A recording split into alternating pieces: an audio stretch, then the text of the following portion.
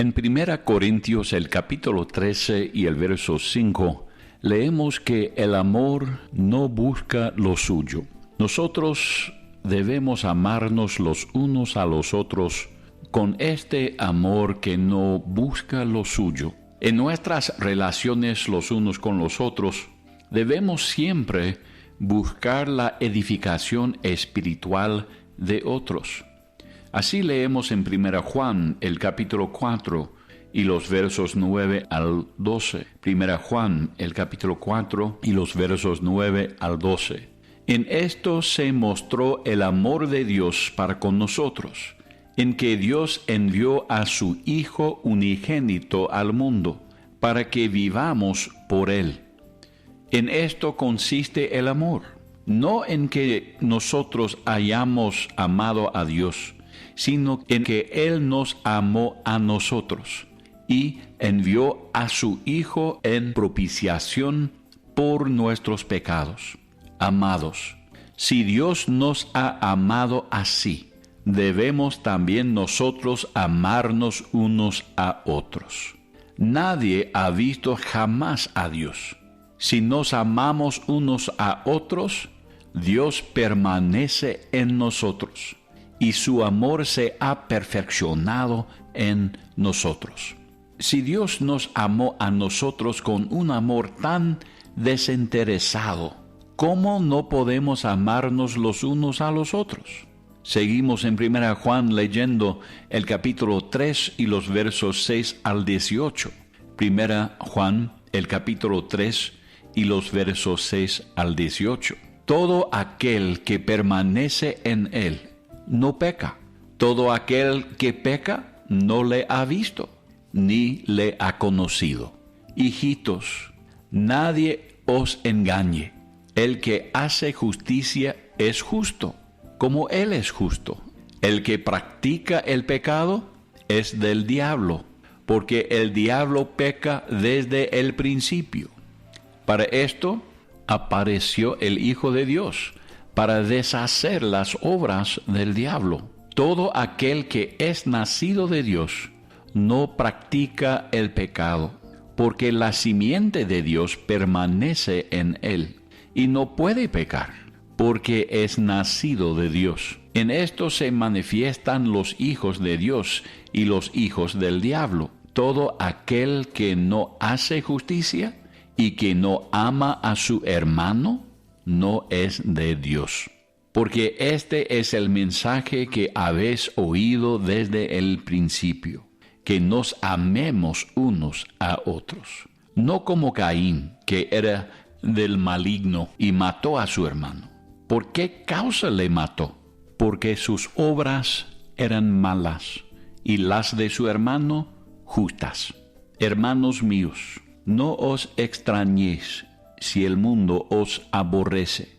Nosotros sabemos que hemos pasado de muerte a vida, en que amamos a los hermanos. El que no ama a su hermano permanece en muerte. Todo aquel que aborrece a su hermano es homicida. Y sabéis que ningún homicida tiene vida eterna permanente en él. En esto hemos conocido el amor, en que Él puso su vida por nosotros. También nosotros debemos poner nuestras vidas por los hermanos. Pero el que tiene bienes de este mundo y ve a su hermano tener necesidad y cierra contra él su corazón, ¿cómo mora el amor de Dios en él? Hijitos míos, no amemos de palabra ni de lengua, sino de hecho y en verdad. En este pasaje Juan está hablando de la evidencia de la naturaleza divina que recibimos al ser renacido. No está diciendo que el creyente verdadero no puede pecar u odiar a su hermano, como algunos enseñan. Tampoco está enseñando Juan que si el creyente peca u odia a su hermano, entonces perderá su salvación y volverá a ser un hijo del diablo. Juan no está enseñando así. Lo que Juan está enseñando en este pasaje es que Satanás es la fuente del pecado y del homicidio. Satanás tienta la vieja naturaleza pecaminosa del hombre para seducir al hombre pecar. Los que no son salvos no poseen la naturaleza divina de Dios y no pueden amar con este amor divino. Así el versículo 15 dice: todo aquel que aborrece a su hermano es homicida, y sabéis que ningún homicida tiene vida eterna permanente en él. Sin embargo, Dios es la fuente de amor y justicia. Todos los que son nacidos de Dios poseen la simiente o naturaleza de Dios plantada en su corazón. Esa simiente, esa naturaleza no puede pecar. Es imposible. Todos los que aman con esta clase de amor desinteresado lo hacen porque poseen la naturaleza de su Padre. Es la única manera de amar con este amor divino. Cuando amamos a nuestros hermanos y hermanas en Cristo, estamos manifestando la naturaleza de nuestro Padre. Tal manifestación es evidencia que poseemos la vida eterna y que somos hijos de Dios.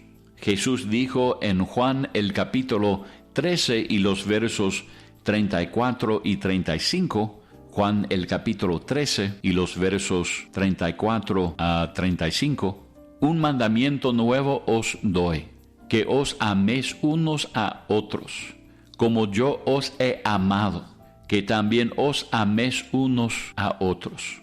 En esto conocerán todos que sois mis discípulos, si tuviereis amor los unos por los otros. Ya que el creyente posee tanto la naturaleza pecaminosa de Adán como la naturaleza inmaculada y sin pecado de Dios, es posible que el Hijo verdadero de Dios peca y odia como un hijo de diablo. Tiene la capacidad de rendirse a la vieja naturaleza. Tal creyente no pierde su salvación, pero no está aprovechando el poder y privilegio de su herencia como hijo de Dios cuando anda conforme a los deseos de la carne. Sabemos que Juan no está enseñando que el creyente verdadero no puede pecar por leer su enseñanza en 1 Juan, el capítulo 1 y los versos 8 al 10. 1 Juan, el capítulo 1 y los versos 8 al 10. Si decimos que no tenemos pecado, hablando a los creyentes, si decimos que no tenemos pecado, nos engañamos a nosotros mismos y la verdad no está en nosotros. Si confesamos nuestros pecados, Él es fiel y justo para perdonar nuestros pecados y limpiarnos de toda maldad. Si decimos que no hemos pecado, le hacemos a Él mentiroso y su palabra no está en nosotros. Juan simplemente enseña que nosotros, los hijos de Dios, debemos comportarnos como hijos de Dios. Como hijos de Dios debemos amar a nuestros hermanos y hermanas en el Señor, con un amor que no busca lo suyo, sino lo que es para la edificación de otros. Yo amo a Dios porque tengo una revelación personal de su amor por mí. Nunca quiero traer a mi Padre reproche o vergüenza. Si odio a mi hermano o si soy insensible a sus necesidades, deshonro a mi Padre y me comporto como su enemigo, Satanás, quien no viene sino para hurtar y matar y destruir. Pablo es un buen ejemplo de este amor que no busca lo suyo. 1 Tesalonicenses, el capítulo 2 y los versos 5 al 12. Primera Tesalonicenses, el capítulo 2 y los versos 5 al 12. Porque nunca usamos de palabras lisonjeras, como sabéis, ni encubrimos avaricia, Dios es testigo, ni buscamos gloria de los hombres, ni de vosotros, ni de otros, aunque podíamos seros carga como apóstoles de Cristo.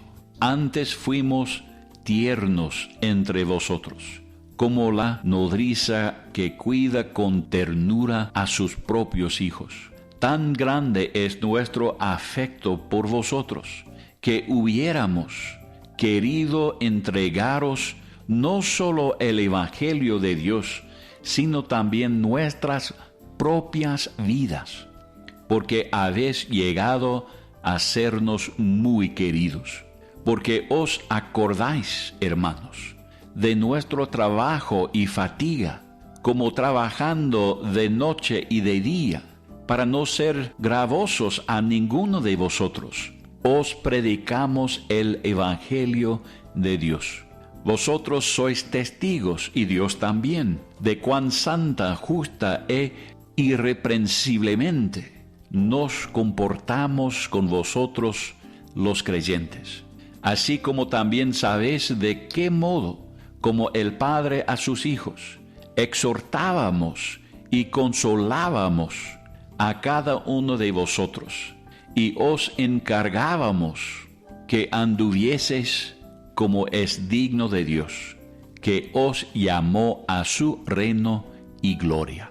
Que seamos ejemplos de la gracia de Dios que nos traslada del reino de pecado y muerte al reino de vida y luz, y que nos hace nuevas criaturas en Cristo, hijos de Dios, que poseen la naturaleza amorosa de nuestro Padre. Que juzguemos la naturaleza tacaña y egoísta de la carne, y andemos en la generosidad del amor divino. Terminamos por leer Efesios el capítulo 4 y el verso 28. Un buen ejemplo de esta clase de amor que cambia el corazón del hombre. Efesios 4 y el verso 28. El que hurtaba, no hurte más, sino trabaje, haciendo con sus manos lo que es bueno, para que tenga que compartir con el que padece necesidad. Que nos amemos los unos a los otros con esta clase de amor que no busca lo suyo.